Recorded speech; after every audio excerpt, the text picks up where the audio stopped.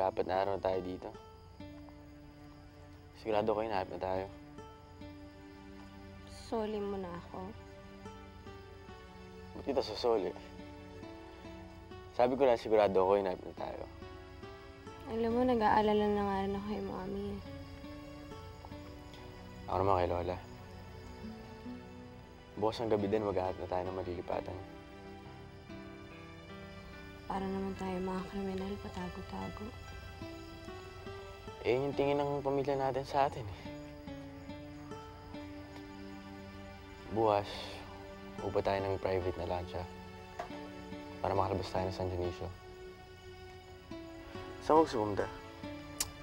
Kahit saan. Basta nandun ka, nandun din ako.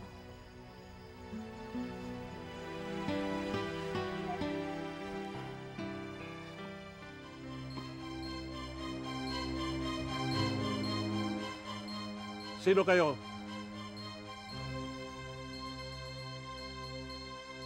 Bakit kayo nandito gabing-gabi na? Nagpapahangin lang po. Kayo ba ang tinatago ni Ating Dinang dito sa kamariga namin? Opo, kami nga po yan. Bakit kayo lumalabas? Hindi nyo alam na maraming naghahanap sa inyo? Baka malaman pa ng ibang tao na tumutulong yung kapatid ko sa inyo, mapahamak pa. Pasensya na po, nagpapahangin lang. Hindi na po maulit. Kaya ako pumunta dito dahil sa lansa na pinapahiram ninyo. Mga 3 araw pa hindi makarating. Siguro mga 3 araw pa rin kayo dito. Sige ho. Si Ating Dena ho ba, kailan po pupunta dito? Marami ho kasi sana kaming ipabibili.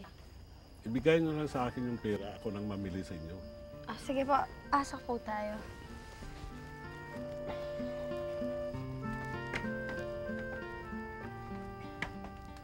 May balita na ba kina Carlito? Wala pa eh. Nasaan sila? Kung mag-alala, makikita rin yung mga yun. Talagang mahal na mahal pa rin Carlito si Rosa Camila. Pero ikaw ang pakakasalan ng kapatid ko. Tapos ano? Para iwan niya ako ulit? Naiintindihan kita. Alam ko masakit. Baka nga naiisip mo nang kumala sa kasalang to eh. Ako na rin ang humihingi ng dispensa sa'yo para dun sa dalawa. Hindi. Maghihintay ako. Dahil itutuloy namin ang kasal. Kahit na alam mo na si Rosa Camila ang mahal ng kapatid ko. Hindi ko makukuha ang puso ni Carlito. Pero hindi din makukuha ni Rosa Camila ang kasal. Patas lang kami. Ako.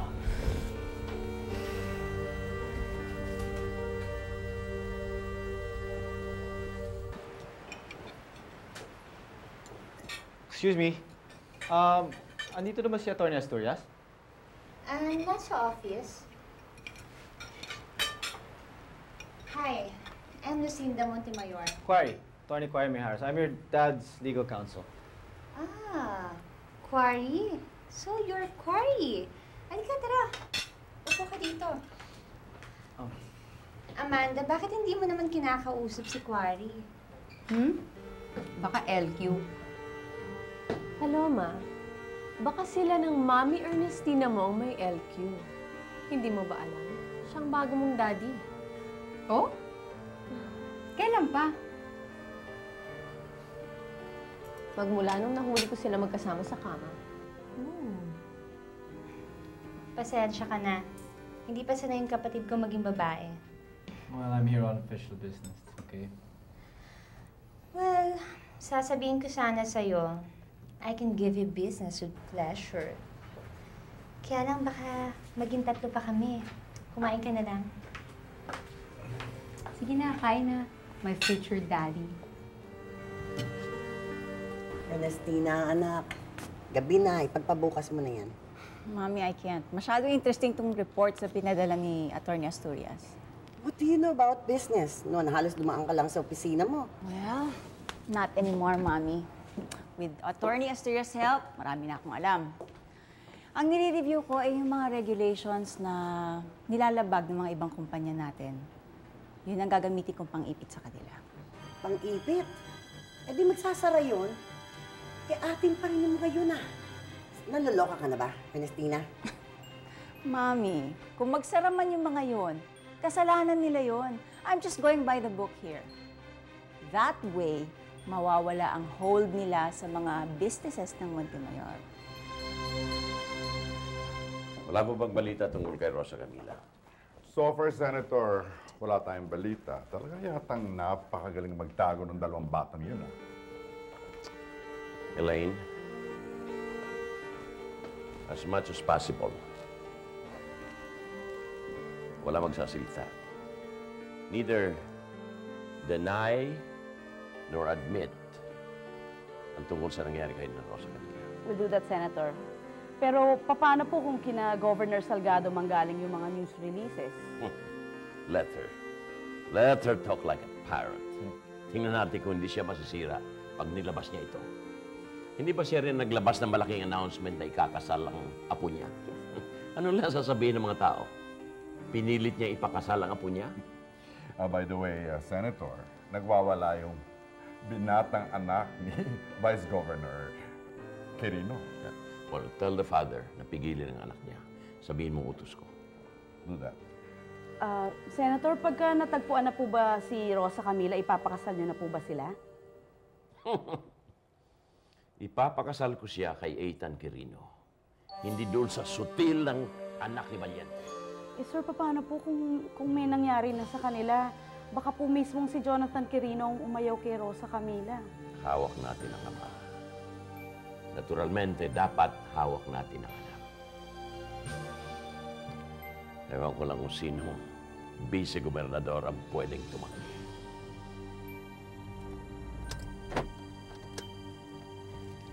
Taiwan? Anong gagawin mo sa Taiwan? Ilang araw ka doon?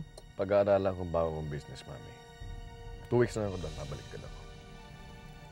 Anong business yan? Basta. Ano nga? Ngayon ka pa ba magsisikreto sa akin? Ganito na lang, Mami. Kapag napaunlad ko ang negosyo, lalampasan ko pa ang negosyo ni Daddy. Illegal? Bakit lahat ba ang negosyo ni Daddy illegal, Mami? Alberto, baka mahuli ka dyan, ha? Baka malaman tuloy ng mga tao na buhay ka pa.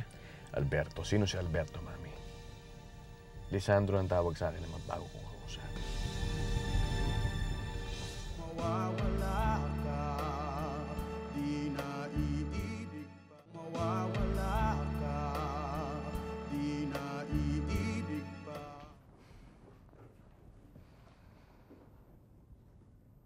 Ano? Nahihirapan ka magsalita? Sige, tutulungan na kita. Is this goodbye or welcome back? Amanda, Alam mo, napakagaling mong abogado. That I will give you. Nang dahil sa'yo, napanalo natin ang kaso ni Daddy. Ayaw pa naman namin mawala sa serbisyo namin. Pero kung if you let your feelings decide for you, wala na kami magagawa doon.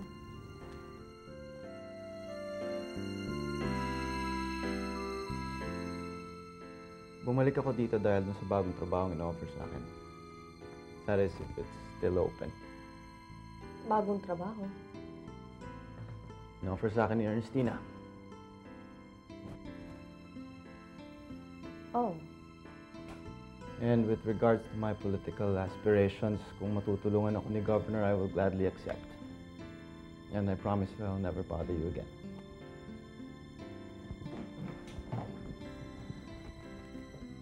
Good.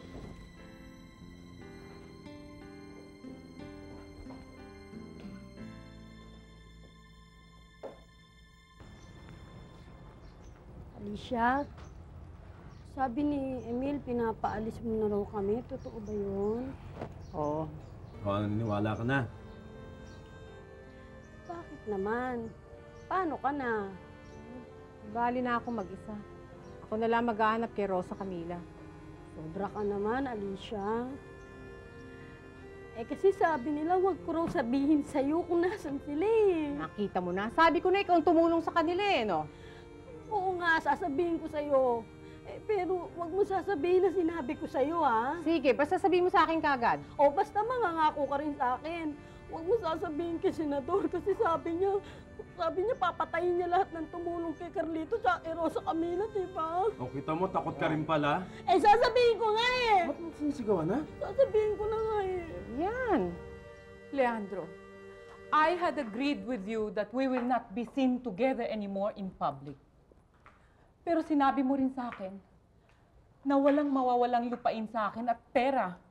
Now, my friend from San Dionisio, the bank manager, called me and said na may nagtatanong-tanong dyan tungkol sa aking mga private accounts on your behalf at nakapirma dun si Attorney Asturias. Kung gagawin ito ni Asturias, may tinatago ka naman ba para matakot ng ganyan?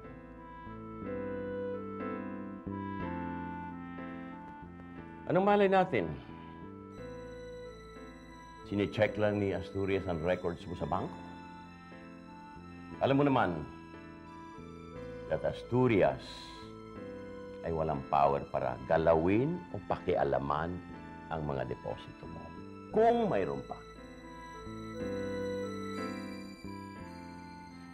Hindi kaya kagagawan to ni Iluminada? Sharina, marami na akong naibigay sa iyo. At karamihan noon, hindi nakadeposito sa San Dionisio. Bakit? Wala na bang laman ang mga deposito mo sa iba-ibang bangko at gagalawin mo ang nasa San Dionisio? Leandro, that is not the point and you know that. The point is the fact that you are paranoid every time na pera ang pinag-uusapan. Sharina, this is a different ballgame. At ibang imahe na ang gusto kong i-project sa tao. And sorry to say, hindi kayo kasama ni Alicia. Pero sa publiko lang yun. I hope you understand. Not at this point, Sharina. May ambisyon pa ako. Leandro, napakarami ang nagawa kong tulong sa'yo, yung nakakulong ka at yung nangangampanya ka. Pati na rin si Amanda. Napakalaki din ang tulong niya sa'yo, di ba? Sharina, huwag mo akong singilin. Wala akong utang sa'yo. Mawawala ka, di na iibig pa. Mawawala ka, di na iibig pa. Salamat naman at tumutupad ka sa ating usapan na paghiwalayin ng mga bata. Ginagawa ko lang ang nararapat, Governor. Alam ko ikakasal si Carlito. Guada, tulungan mo naman ako, Iha, na pag nagbalik si Carlito, kumbinsihin natin siya na magpakasal sila kaagad ni Phoebe. Ha? Teka, Alicia. Parang talo naman yata ang anak mo dito. Anong gusto mong gawin ko? Dapat yata magpakasal si Carlito kay Rosa Camila. I take it, Alicia, na wala kang nasabihang iba tungkol dito. Si Jonathan lang po, yung boyfriend ni Rosa Camila. Ay, tawagan mo. Sabihin mo magsabay na tayo. Natatakot kasi ako na baka magpang-abot ang dalawang binata kung ano mangyari, hindi ba? Maintindihan. Saan ka pupunta? Natagpuan na rin po sila Rosa Camila, Dad. Sama ako. Huwag na po, Dad. Kaya ko na po to. Ano yung baril? Bakit may dala kang baril, ha? Sinabi ko po kay Carlito noon, ipaglalaban ko si Rosa Camila ng patayan. Kaya pinatototohanan ko lang. Jonathan, tigilan mo yung kalokohan mo, ha? Cargo kita! At cargo ko rin si Rosa Camila. At kahit sa anong paraan gagawin ko para magbawi siya.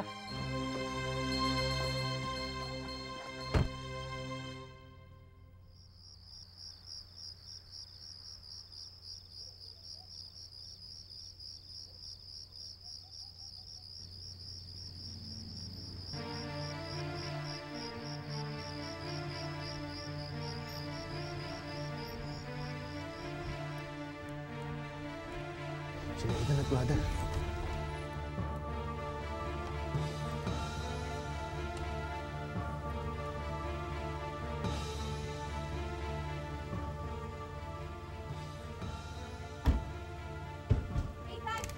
Ethan, wag! Ethan! Teka muna! Alis ko po! Amila! Teka muna! Carlito! Pasa Amila!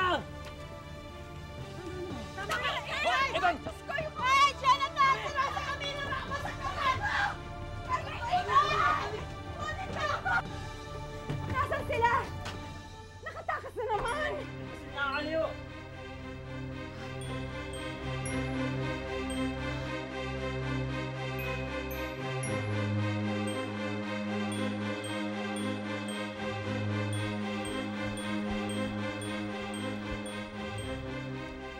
Carlito, tama na. Pagod na ako. Hindi ko na talaga kaya. Tama na. Hindi tayo pwede tumigil, Rosa Camila. Tricycle yun ah.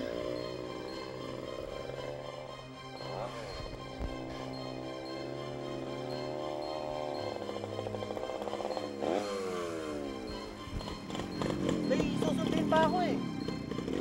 Mabayaan lang tayo lamandanan. Nandito mo lang kami sa pangpang.